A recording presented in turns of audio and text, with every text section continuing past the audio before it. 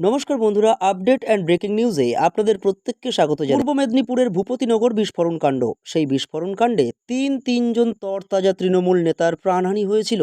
সেই বিস্ফোরণ কাণ্ডে এবার তলব করা হলো 8 জন তৃণমূল নেতাকে। তলব করা হয়েছে নিউ টাউনের এনআইএর অফিসে।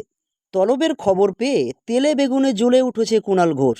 কুণাল ঘোষের দাবি, পূর্ব মেদিনীপুর হারছে বুঝেই এনআইএকে দিয়ে তৃণমূল নেতাদের তলব করিয়েছে বিজেপি সরকার।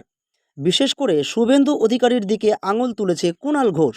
তবে পূর্ব মেদিনীপুরের একটি বাড়িতে বিস্ফোরণ হয়ে তিনজন তরতাজা তৃণমূলের প্রাণ গেল, তা নিয়ে তৃণমূল নেতাদের কোনো অনুশোচনা নেই। পূর্ব মেদিনীপুরের সেই ভূপতিনগরের বিস্ফোরণের ঘটনায় আটজন তৃণমূল নেতাকে এবার তলব করল এনআইএ। সেই সময়ের বিস্ফোরণ কাণ্ডে প্রায় 1.5 কিলোমিটার দূর থেকে উদ্ধার করা হয় এক তৃণমূল নেতার মৃতদেহ।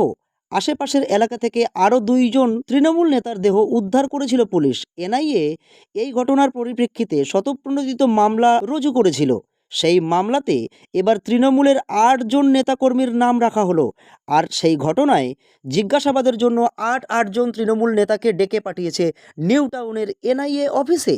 তাদের মধ্যে হলো পূর্ব মেদিনীপুরের মানব কুমার পড়ুয়া, স্থানীয় তৃণমূল নেতা সুবীর মাইতি এবং নবকুমার পাণ্ডা।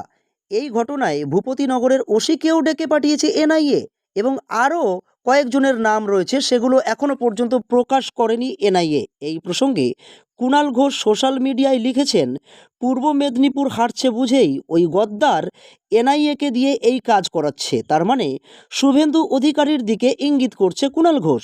আমাদের কর্মীদের যে কোনো প্রকারে তুলে নিয়ে এলাকা ফাঁকা করার চেষ্টা করছে বিজেপি, এমনই মন্তব্য করলেন কুণাল ঘোষ।